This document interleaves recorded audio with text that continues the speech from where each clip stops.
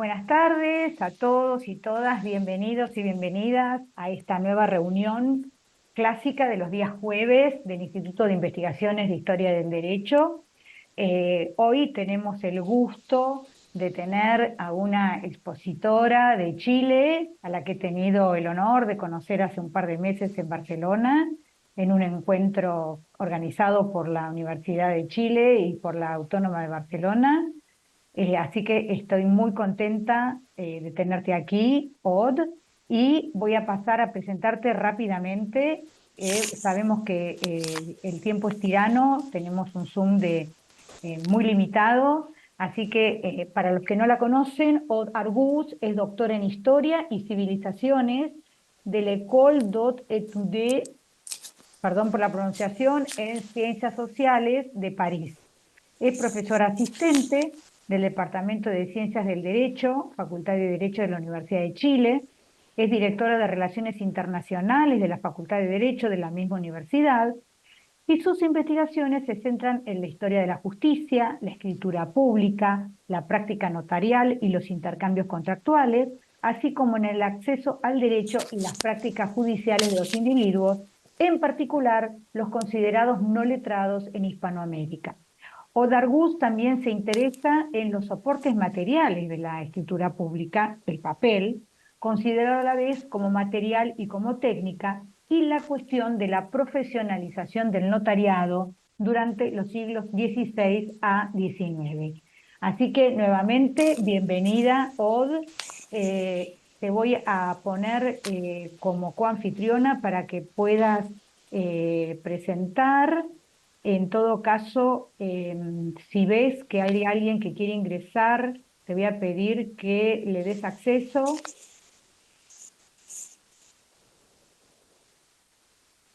A ver, a ver, a ver. Está bien. Bueno, entonces, adelante, el piso es tuyo. Gracias, Viviana. Voy a compartir, no, eso. A ver.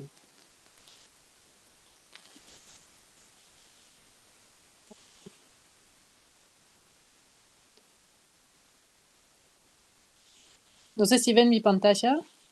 No, Todavía no. qué raro.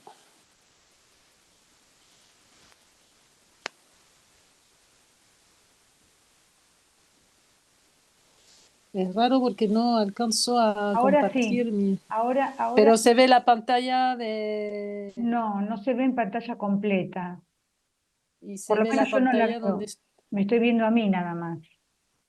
Sí, pero debería poder compartir la otra pantalla que tengo. Bueno, Si vos querés, si no, me lo querés pasar a mí y yo te lo voy pasando. sí, creo que va a ser más eficiente de esa forma. Ok, Si entonces, me das... devolveme el comando, parate en mi nombre, en la lista de participantes y devolveme el comando para que yo sea la administradora y Sí, sí, sí. mandame el PowerPoint y yo te lo voy pasando, vos me vas indicando. Sí, sí, sí, sí, vamos a hacer eso porque por alguna razón no quiere funcionar.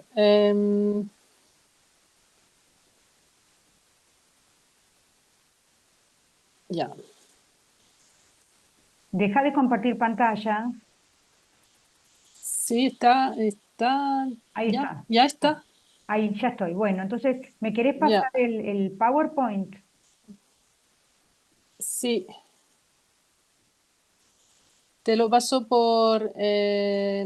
Pásamelo por mail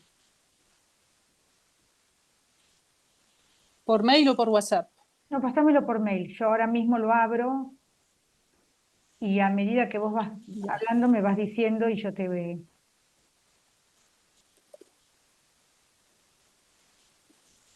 ya,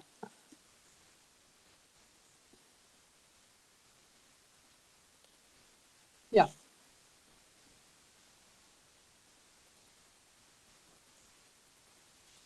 Ya te lo envié. Bueno, ahora ya va a llegar.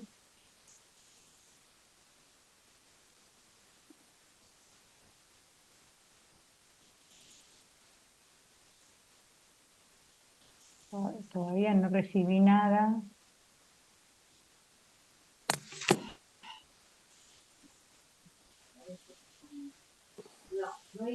Ahora sí. Ahora sí, perdona los inconvenientes de la No, no, tecnología. no hay problema, pero No todavía hubiésemos debido no veo nada. quizás. Sí, lo tendríamos que haber recibido antes, pero no veo que me lo hayas mandado. Todavía no lo recibí o no sé si estoy con problemas. Bueno, de todas formas, yo incluso, o sea, eran imágenes para ilustrar más bien, pero yo creo que podemos empezar porque Bueno, puede que sea un poco complicado, digamos, o sea, si ves el pasarla. correo, Ok, eh, adelante si lo entonces. ves, ya. Entonces, quisiera primero agradecer a Viviana Kluger y al Instituto de Investigaciones de Historia del Derecho por invitarme hoy a compartir algunas reflexiones sobre dos figuras jurídicas que participaron en los Andes y en particular en Cajamarca en la construcción de identidades locales entre indios y no indios. Y antes de comenzar, quisiera expresar toda la tristeza que sentí al enterarme del fallecimiento de nuestra colega Ana María Presta. No conocía bien a Ana María, pero entre otras cosas compartimos un viaje memorable por carretera desde Salvador hasta Antigua de Guatemala y la recuerdo como una mujer llena de humor y de curiosidad y me gustaría rendir homenaje a su gran talento como historiadora que permitió a los investigadores relativamente jóvenes en su momento embarcarse en la aventura de la historia de los Andes. Así que demasiado pronto hemos perdido un alma generosa, lúcida y perspicaz. Bueno, los Andes entonces. Ubicado a 2.700 metros de altitud, Cajamarca ha dejado una huella indeleble en la historia de Hispanoamérica. Este es el lugar del encuentro entre el Inca Atahualpa y el conquistador Pizarro en 1532. Y ese encuentro, como sabemos, terminó mal para el Inca, degollado en la plaza pública. Sin embargo, Cajamarca nunca fue fundada por los españoles. Los hombres de Cajamarca se han ido casi todos a Cusco y Cajamarca fue entregada como encomienda a Melchor Verdugo en 1535. A partir de la década de 1560 y con la visita del doctor González Cuenca, la región experimentó las primeras reducciones de indios y los franciscanos se hicieron cargo de su conversión. Hacia finales de siglo, ciertos españoles se instalaron y en 1613 los franciscanos plantearon la primera objeción a esa presencia española. Vieron con malos ojos la creación de la diócesis de Trujillo, que está ubicado en la costa, y la campaña de extirpación de la idolatría emprendida por los jesuitas. Además, en 1617, el obispo de Trujillo mostró su deseo de instalar en Cajamarca una iglesia para legitimar la presencia española y establecer el poder del clero secular. Los acontecimientos de los años 1610 desencadenaron una, entre comillas, querella de los cleros durante casi todo el siglo XVII y que se materializó en particular con el envío de peticiones al rey para justificar o anular la presencia de los españoles. En realidad se trataba de los no indios porque incluían a los mestizos, en lo que era solo un pueblo de indios, pero que los españoles de Cajamarca querían transformar en villa colonial. La polarización del discurso entre pro villa y pro pueblo permite explicar así una diferencia en la terminología utilizada en los archivos para designar la localidad entre, por un lado, los escribanos de Cajamarca y, por otro, los franciscanos, que son los primeros que empezaron a utilizar esa terminología diferenciada. Los primeros, los escribanos, se inclinan mayoritariamente por utilizar el término villa, mientras que los segundos insisten más a menudo en la calidad de pueblo. El uso diferenciado de estos términos no es menor. Sirve para inscribir los documentos escritos entre las acciones que reconocen a la villa de Cajamarca o, por el contrario, las que refutan esta calidad. Las tensiones sobre la calificación jurídica del lugar aparecen así en todos los escritos producidos sobre Cajamarca.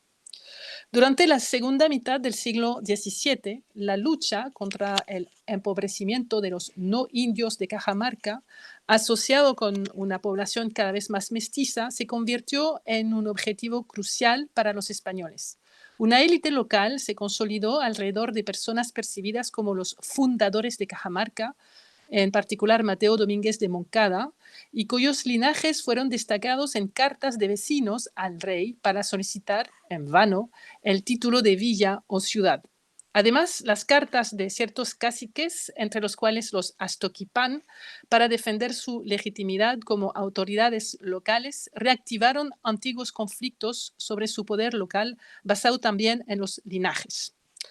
Uno de los principales problemas de esta situación de facto es la legitimidad de las transferencias de tierras de los indios a los españoles, que es razonable suponer que no fueron el resultado de negociaciones justas. Ante esta situación, en las décadas de 1630 y 1640, las autoridades virreinales buscaron legitimar el traspaso de las tierras bajo el dominio de los españoles instalados en Cajamarca mediante una composición de tierras. Sin embargo, en 1648, un cambio de virrey condujo a un giro en esta política hacia un proteccionismo de las tierras indígenas y la restricción de las posibilidades de adquisición por venta o composición en favor de los españoles.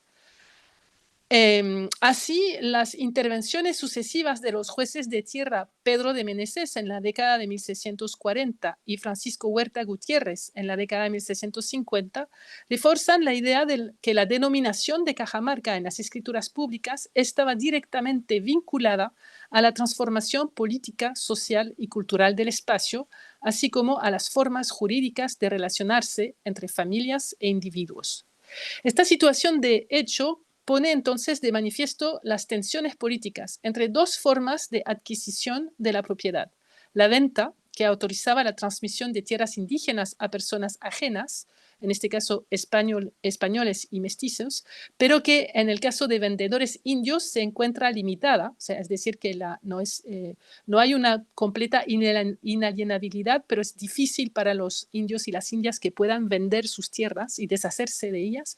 Y por el otro lado, el testamento, que ratificaba la transmisión a personas que tenían una vocación sucesoria recíproca.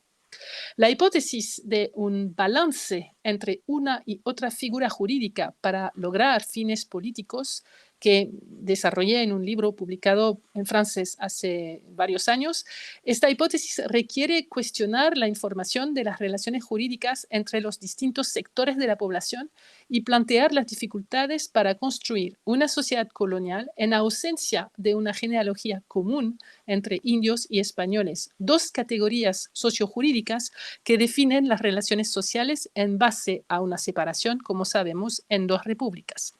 En la construcción de la vecindad de los habitantes de Cajamarca durante el siglo XVII, se hizo entonces un eficiente uso de un aparato conceptual por parte de ciertos actores sociales, uso basado en la diferencia entre venta y testamento. Los corregidores y las élites locales españolas buscaban así cómo inscribir en una misma cadena de transmisión a los habitantes de Cajamarca, entre los cuales el derecho limitaba cualquier vocación sucesora. Es decir, no eran familiares en el fondo los indios y los españoles.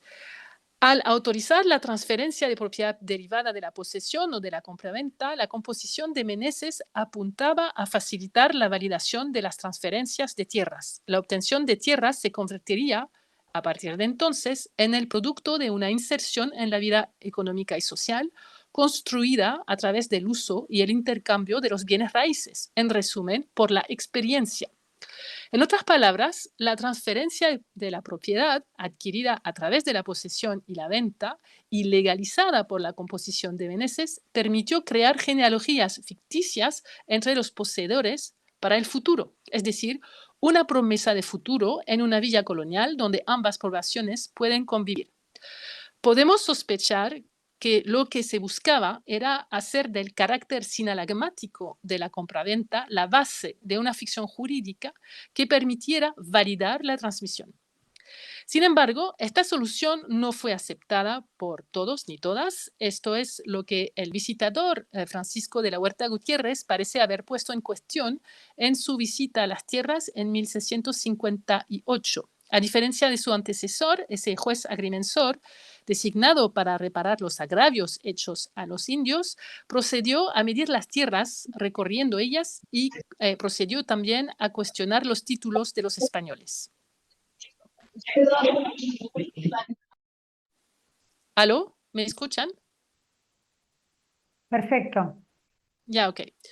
Al mismo tiempo, los españoles de Cajamarca buscaron el apoyo del obispo de Trujillo para proponer al rey la compra del título de ciudad, e incluso el corregidor Martín de la Riva Herrera intentó hacer de la localidad de Cajamarca el punto de partida de una conquista de la Amazonia. Durante la década siguiente, ¿aló?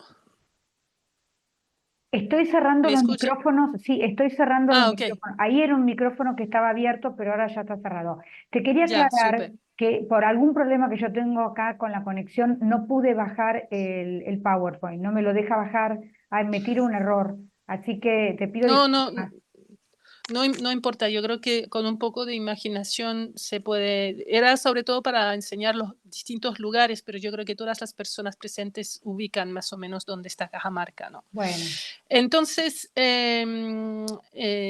durante la década de 1660, los mismos españoles de Cajamarca intentaron instalar la Orden de San Juan de Dios en Cajamarca, probablemente para frustrar la acción de los franciscanos que se apresuraron a denunciar la estrategia. O sea, la querella entre los cleros sigue siendo bastante vigente. Luego, a principios de la década de 1670, el corregidor de Cajamarca, Antonio de Quintanilla, originario de Carmona, en Andalucía, se le ocurrió la idea, o al menos parece haber salido de él, de exigir a los indios que hicieran testamentos. Así, a principios de enero de 1672, hizo pregonar que los indios e indias hicieran testamentos en debida forma, los cuales debían ser registrados en los cuadernos de los escribanos de Cabildo. Y a raíz de esta proclamación hubo un aumento en el número de escrituras testamentarias indias en los archivos, incluyendo una concentración entre 1678 y 1690 ante el escribano indio Pascual Culquiraico, cuyo apellido significa en quechua por el dinero. Me parece entonces que Quintanilla fue lo suficientemente astuto como para comprender que en una sociedad colonial altamente desigual y sin duda bastante violenta en las relaciones cotidianas, los contratos de compraventa eran bastante frágiles porque podían ser cuestionados por los indios y sobre todo porque sus tierras, ubicadas alrededor del pueblo, no eran fácilmente alienables. Sin embargo, lo que no entraba en el ámbito de aplicación de una limitación de traspaso eran los legados.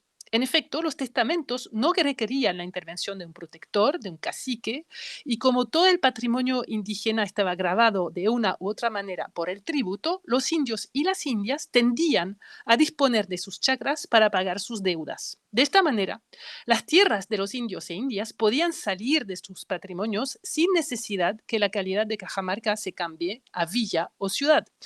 Las genealogías ficticias se crearon por esa vía, vale decir, el carácter sinalagmático, pero del testamento. Siguiendo a Paulo Grossi, yo creo que lo que está en juego es la sangre y el rechazo o aceptación de la figura del mestizo en Cajamarca. La disputa entre la familia Llanos y los descendientes del cacique Francisco Gabriel Astoquipán es elocuente para mostrar la fuerza del rechazo de la venta como medio de transmisión de los bienes raíces por parte de las élites indígenas a personas mestizas.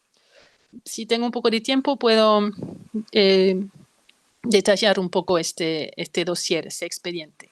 Hacia 1638, María Oclay, India, cedió a Francisco Gabriel Astoquipán, cacique de Guzmango, un terreno contiguo al de su casa, en la ciudad, en la traza de Cajamarca.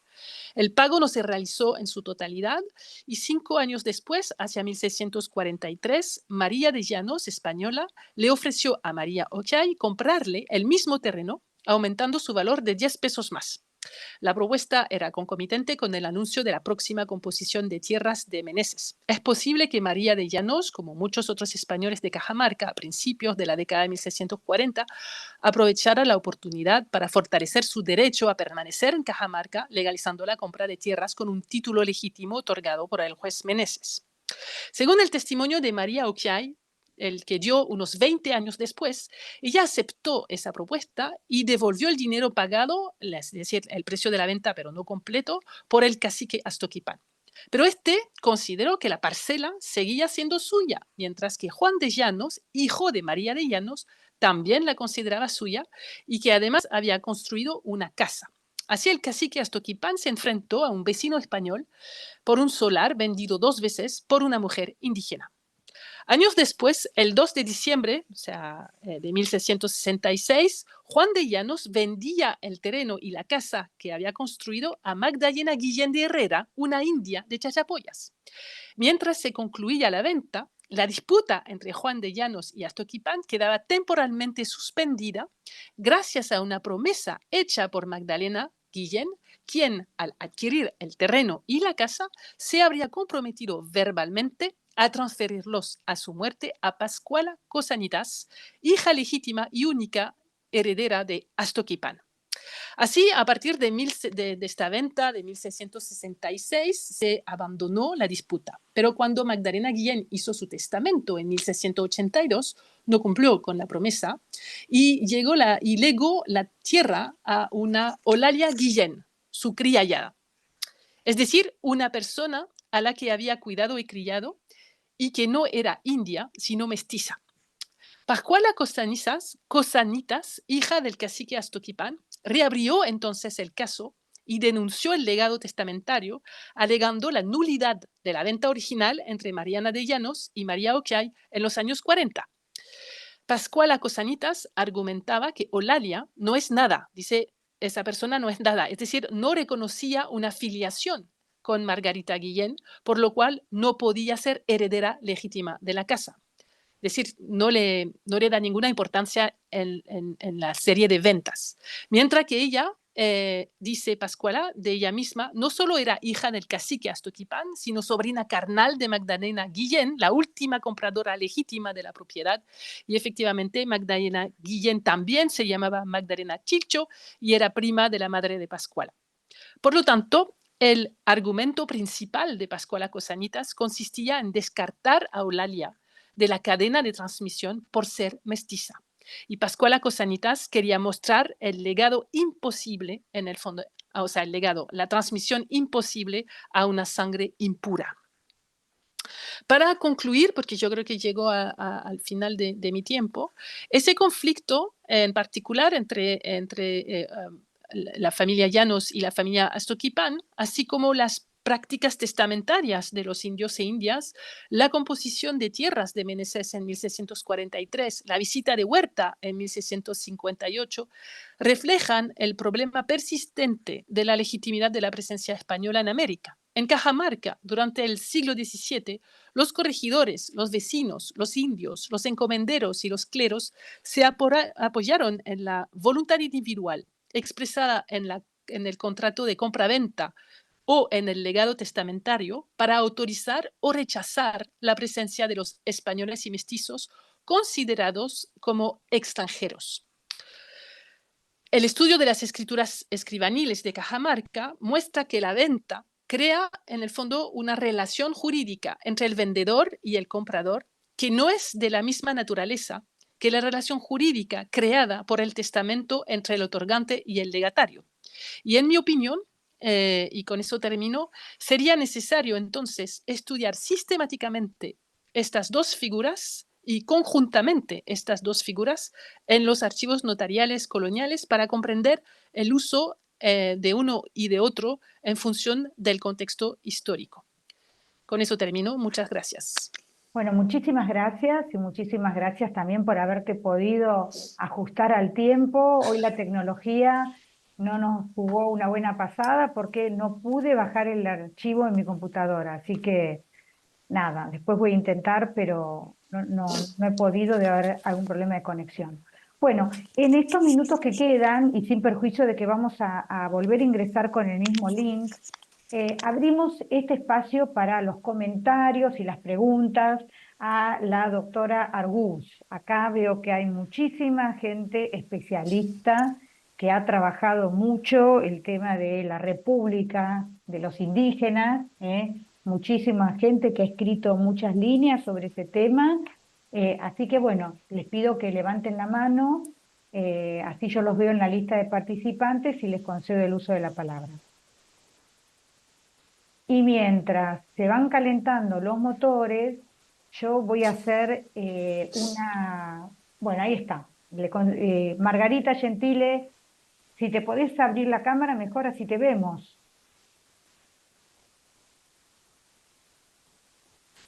Y abrir el micrófono. Y abro el micrófono también, a ver si esta vez me escuchan. ¿Sí? Muy bien, te Sí, escuchamos y te vemos, Margarita, y te vemos muy Me bien. escuchan y Gusto me verte. ven. Bueno, Sí. Pregunta una respuesta corta. pregunta que no sé si me perdí algo.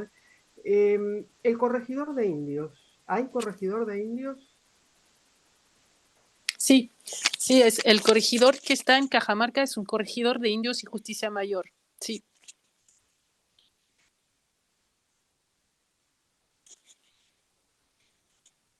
Margarita, yo creo que su micrófono está apagado.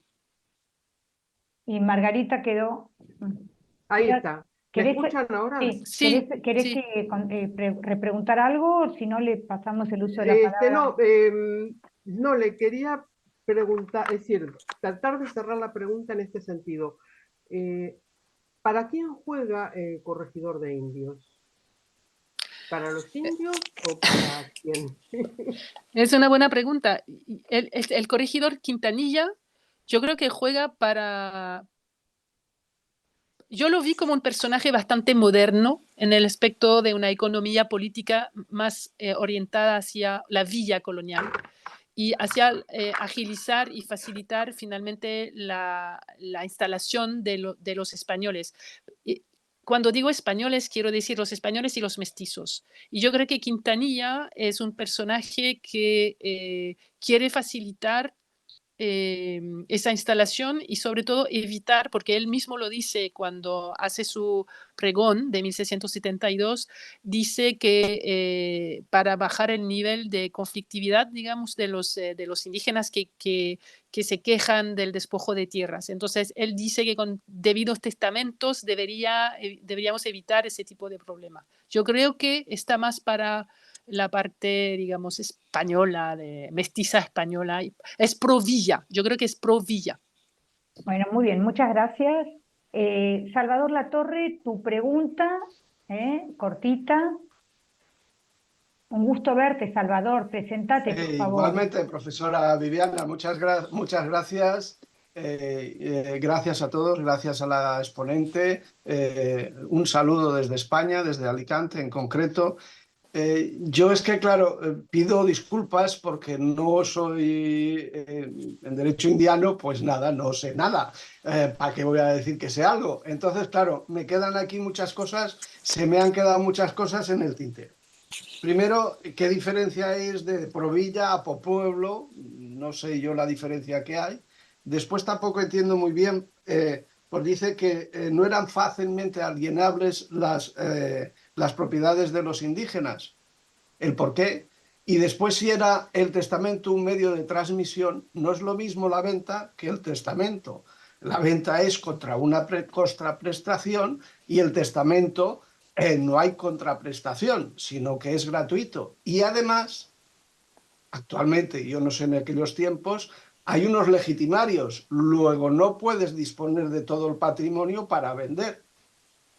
En fin, esas serían mis preguntas. Gracias. Ya, gracias por esas preguntas. Son cosas que normalmente aclaro, pero dado el corto tiempo, yo pasé por la villa y el pueblo. La villa es un lugar donde los no indios pueden vivir, están autorizados a comprar y vivir. Y la villa es dentro de la nomenclatura española, se adquiere pagando el título, ¿no? El título de ciudad, el título de villa. El pueblo de indios, en el fondo, se construye alrededor de la doctrina. Entonces es la parroquia y algunas tierras, algunas casas, algunos solares que están alrededor de la parroquia, que corresponde en el fondo a la agrupación de las poblaciones indígenas que estaban agrupadas aquí para asegurar su conversión al catolicismo y al mismo tiempo su trabajo en la mita, que es el trabajo forzado que hacían ellos. Entonces, claro, el pueblo, y lo dice la recopilación de leyes de Indias, el pueblo de indios es un lugar donde los no indios no tienen derecho a instalarse. Es por ley. Entonces, dada la instalación constante de españoles, en vez de cambiar la ley, que en el fondo nunca plantean cambiar la ley porque respetan la ley, que es la ley del rey, lo que sí procuran hacer es cambiar el lugar, más bien, y decir ya, entonces no es un pueblo, es una villa. Y de ahí la guerra entre los dos. Inalienables o casi inalienables porque para la compra-venta los indios y las indias eran considerados como menores, incapaces, y por lo tanto eso requería la presencia de una autoridad, siendo un protector de indios o el cacique o el cabildo. Era un trámite mucho más pesado, mucho más complicado, y los caciques tenían tendencia en rechazar la posibilidad de la venta. Entonces había como una limitación precisamente para que pudiesen conservar sus tierras, que a veces eran chacras, es decir, pequeños pedazos de tierra como para huertas o para su uso personal, digamos. Claro, el testamento no es la venta, hay muchísimas diferencias. Mi concepción, para ir rápido, la saqué, digamos, del hecho de que ambos son, hay un componente que yo llamé sinalagmático, es decir, claro, la contraprestación de la venta es el pago del precio en general, pero la contraprestación del testamento es la aceptación del legatario, finalmente del legado. Y claro, la legitima hace que de todas formas era solamente una parte del patrimonio que podía salir por esa vía. Pero para pagar sus deudas, y eso está claro en los testamentos, las personas dicen que se van a deshacer de tal o tal chacra para pagar la deuda, sea del tributo, los funerales, lo que sea. Y por ese movimiento, las tierras legítimamente y legalmente salen de sus patrimonios. No sé si he podido aclarar un poco más la... Súper. Bueno, muy bien. Bueno, quedan muy poquitos minutos, así que vamos a salir y volver a entrar para continuar con las preguntas y los comentarios. Así que nos vemos en unos minutitos con el mismo link. Ok. Bueno, continuamos entonces con esta presentación de Od Argus. Estamos en la etapa de los comentarios y las preguntas.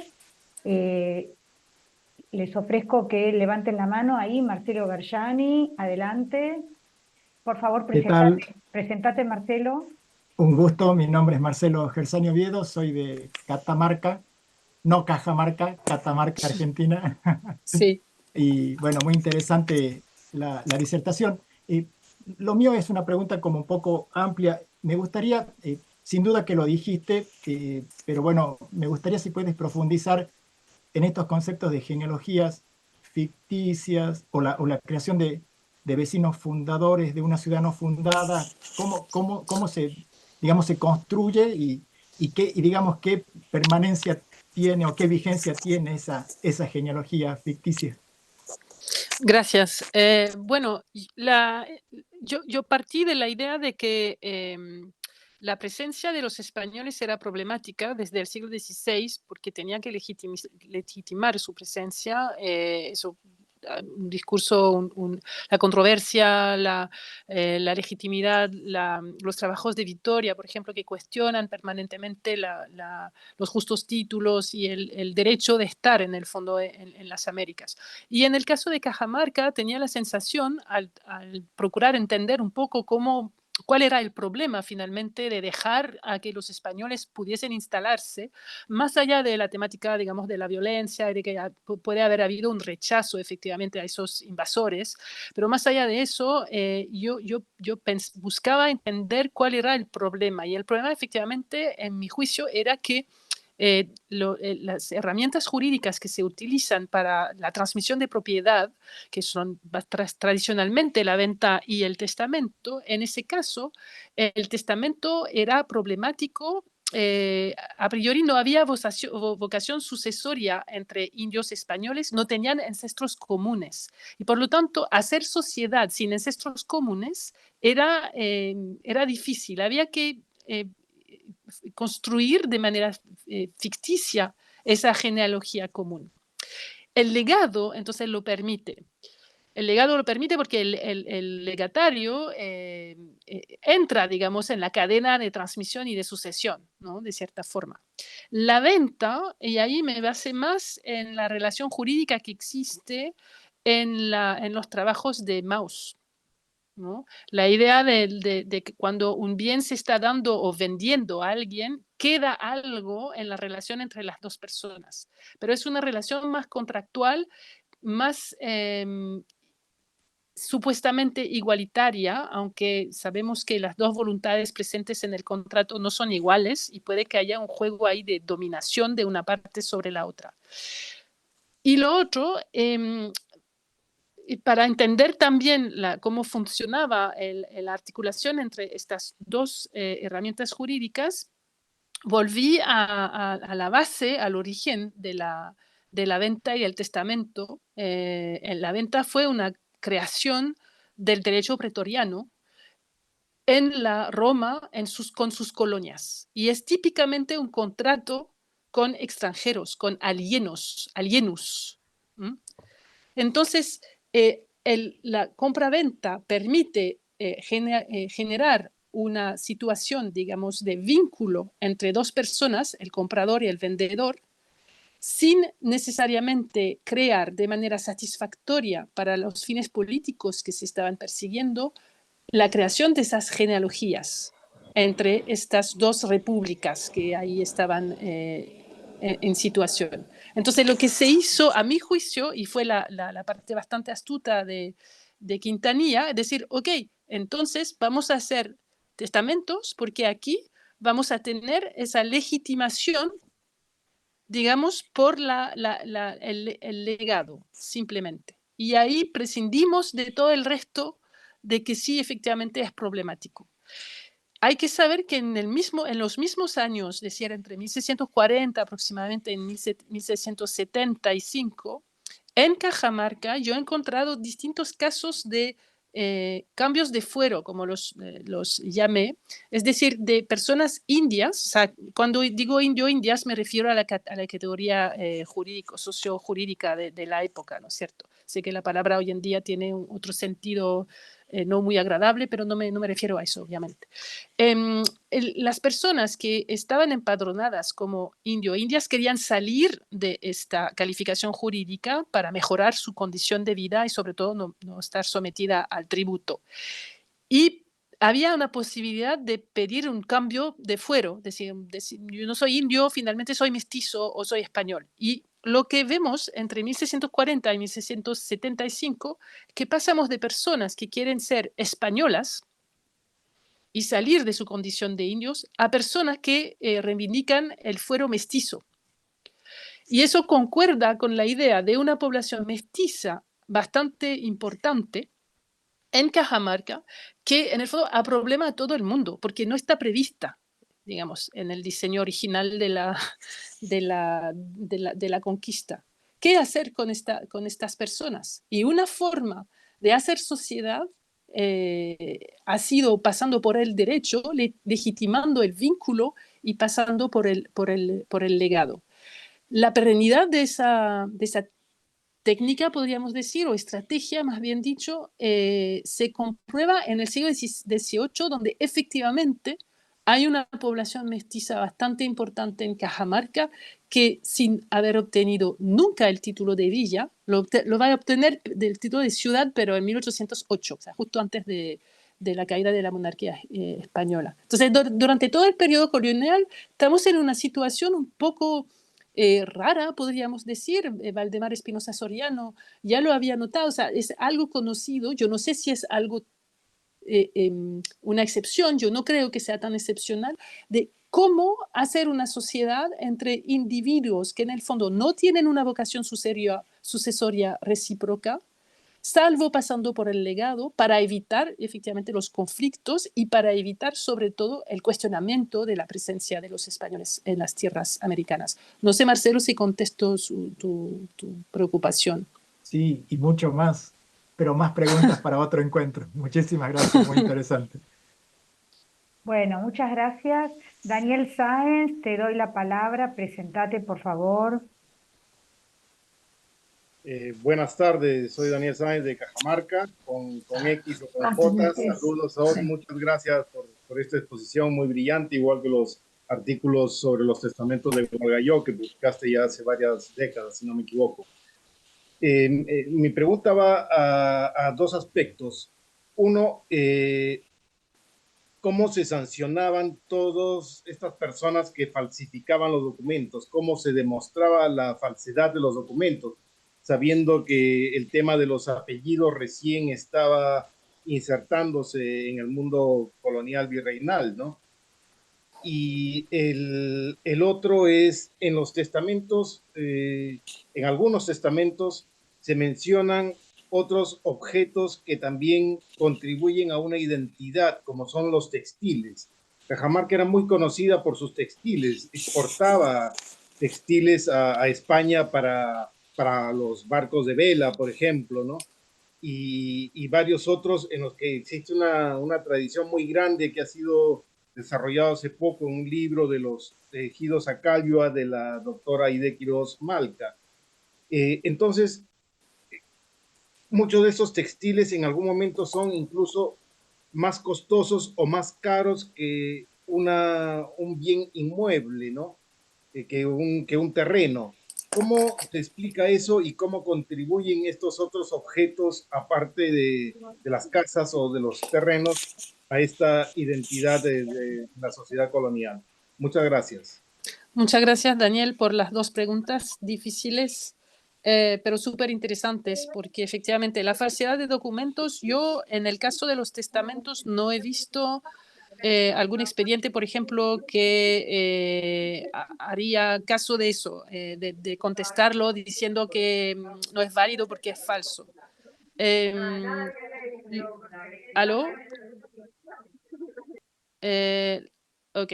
Lo que sí he visto respecto de, no sé si es falsedad de documentos, pero sí es un tema de cuestionar la veracidad de lo declarado en un documento, son precisamente estos cambios de fuero y las partidas de bautismo. Y ahí efectivamente había maneras de decir que la persona que había declarado se había equivocado y que finalmente cuando se le había hecho la pregunta de saber quién era el padre o quién era el padrino, quién era no sé qué, no había entendido bien la pregunta, por lo tanto había respondido un nombre equivocado y por lo tanto eso. Y eso era la forma de menospreciar la validez jurídica de ciertos documentos. No hasta decir que eran falsos, no me he topado con casos de documentos falsos, pero sí decir que efectivamente no eran válidos porque en el fondo la persona que hizo la declaración se había equivocado. No sé si contesto más o menos la primera parte de la pregunta. Yo nunca, bueno, claro, siempre hay la idea de decir que quizás todos esos documentos son falsos, pero no creo. Debo decir que cuando vi que Pascual Curquiraico tenía ese significado en quechua, quedé súper intrigada y he buscado un poco, saber un poco más sobre este personaje, porque aparece y desaparece más o menos en los archivos en esa misma época. Probablemente su función ha sido precisamente la de cumplir con el pedido de Quintanilla. No creo que haya hecho falsos documentos, porque yo creo que había un cuidado específico por parte de las autoridades de que precisamente todo el aparato jurídico legal estuviese funcionando bien. Si no, la confianza no podía existir. Y una vez más, yo creo que la gran preocupación era también la viabilidad de esta sociedad colonial bastante conflictiva, podemos imaginar. Entonces había que mantener ciertas herramientas como fuentes de estabilidad social. Y yo creo que los documentos notariales formaban parte de esa estrategia.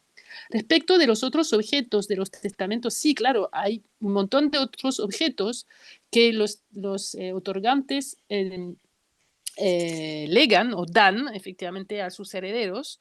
En realidad desconozco porque no siempre, bueno, no hay inventarios, o sea, lo que hay es finalmente un desglose dentro del acto testamentario o de la memoria testamentaria de todos los bienes que la persona declara tener.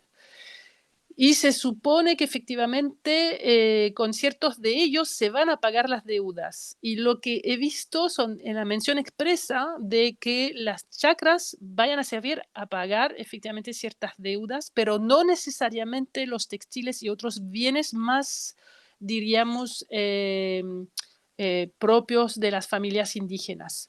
Entonces, quizás por la misma razón que tú acabas de mencionar, que las tierras finalmente no tenían un precio tan alto porque servían a pagar esas deudas, y mientras los textiles quedaban en el fondo en las familias como precisamente símbolos de una cultura y una identidad, digamos, de parentesco, de familias, etc. La hipótesis que yo hice todavía hay que verificar si realmente funciona, porque yo no he trabajado en los archivos notariales de Cajamarca del siglo XVIII para ver efectivamente cómo esas chacras salieron eventualmente de los patrimonios de los indígenas y de las indígenas. Lo que sí sé es que para pagar, no solo había que pagar el tributo, que era una deuda permanente muy pesada sobre los indios y las indias también, y por el otro lado, había que pagar los funerales y las misas. Y también eso era una forma, digamos, una presión, podríamos decir, para deshacerse de ciertos bienes, y yo creo que favorablemente, preferiblemente, se deshacían de estos solares y de estas chacras. Bueno, muchas gracias. Ahí hay otra pregunta de Margarita. Margarita, adelante, pregunta cortita, respuesta cortita. Pregunta cortita y respuesta larga. Ode, ¿qué pasa con los inventarios? ¿No los buscaste o no están? No hay. Súper corta la respuesta. No hay. No se hacía. No hacían inventarios de bienes de estas personas. Okay. Porque en el fondo, en la misma memoria testamentaria o en el mismo testamento está la lista de los bienes de la persona. Muy bien. Bueno, muchas gracias. No sé si hay alguna pregunta más, algún comentario más.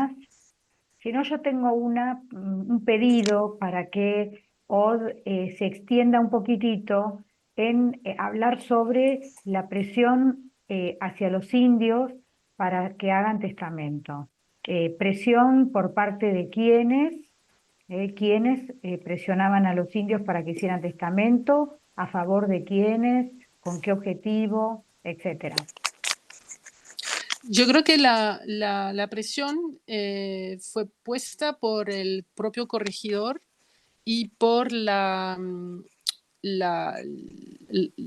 designación, digamos, del escribano de indios, que era un indio, Pascual Curquiraico, y para que en el fondo este personaje, que era ladino, pudiese acudir a los otorgantes. Uno de los problemas que también yo pude diagnosticar ha sido toda la ocultación, podríamos decir, por parte del Cabildo de Indios, de los intercambios entre la gente que pertenecía a la República de Indios. Y eso escapaba bastante al control de las autoridades españolas, que evidentemente, además, por el tema del idioma, ¿no? Se hablaba quechua en Cajamarca, o sea, se hablaba una lengua local cuyo nombre ahora se me escapa totalmente, pero también se había impuesto el quechua. Entonces los españoles no podían saber exactamente cuáles eran las formas de intercambios entre los indios. Al nombrar a Curquiraico y al pedir, o sea, el Curquiraico fue elegido por el Cabildo, pero digo, al exigir que los testamentos vayan en los registros del Cabildo y pasen por escrito y en español, no en lengua vernacular, eso permite, eso es la presión que se puso con la garantía finalmente de que estos indios e indias podían también beneficiarse, digamos, de la protección por parte de las autoridades. No sé si me explico, Sí, sí, pero sí. eso. ¿No has encontrado o no has trabajado casos de predicadores que presionaban a los indios para que testen a favor de ellos? No, bueno, normalmente había una prohibición de hacer eso, como bien se sabe. Desafortunadamente, cuando hice hace mucho tiempo mi trabajo de terreno en Cajamarca, no pude tener acceso a los archivos del arzobispado, porque en ese momento estaba en inventario, hace como 20 años, un poco más de 20 años, y había un inventario y no pude tener acceso. Efectivamente hay una parte de digamos, tengo una parte un poco ciega de mi conocimiento de lo que puede haber sucedido por ese lado. Bueno, muchísimas gracias. Ahí en el chat te están escribiendo. eh, Cuye, sí, el Ahí Cuye, está. gracias. Bueno, bueno. Bueno, no sé si hay más preguntas o más comentarios para Odd. Si no, ya estaríamos cerrando esta exposición. Agradecerte muchísimo, Odd, que te hayas sumado a estos clásicos encuentros de los jueves. Ya tenemos casi 800 suscriptores en nuestro canal de YouTube y ya tenemos casi 160 videos. Creo que es el único canal de historia del derecho exclusivamente y que tiene tal cantidad de videos, así que este video es un aporte más a, a el acervo que tiene el instituto. Vos pensá, hoy en este horario en el que muchos estamos trabajando en forma presencial y hay gente del exterior, hubo en un momento dado 27 participantes. Y esto después tiene un efecto reproductor porque esto se sube a nuestro canal de YouTube y vas a tener colegas, alumnos que van a ver y van a poder participar de esta presentación aunque no lo hayan hecho en forma sincrónica. Así que por mi parte, por parte del doctor Abasolo, que no pudo estar presente hoy, y en nombre del instituto te agradezco muchísimo, muchísimo tu aporte y bueno, quedamos en contacto, ¿no? Y ya sos parte de Sí, nosotros. muchísimas gracias y aprovecho también para decir a la comunidad que soy editora de la revista chilena de Historia del Derecho, así que no duden en enviar también ponencias, propuestas, artículos, etcétera, etcétera. Así que podamos seguir por otros canales también nuestros intercambios sobre historia del derecho, con mucho gusto. Y muchas gracias por su atención y su paciencia con mi Bueno. acento un poco raro. Bueno, muchísimas gracias. Gracias a todos. Nos vemos el jueves que viene con otra charla a cargo de Pablo Lerner. Chao. Muchas gracias, chao.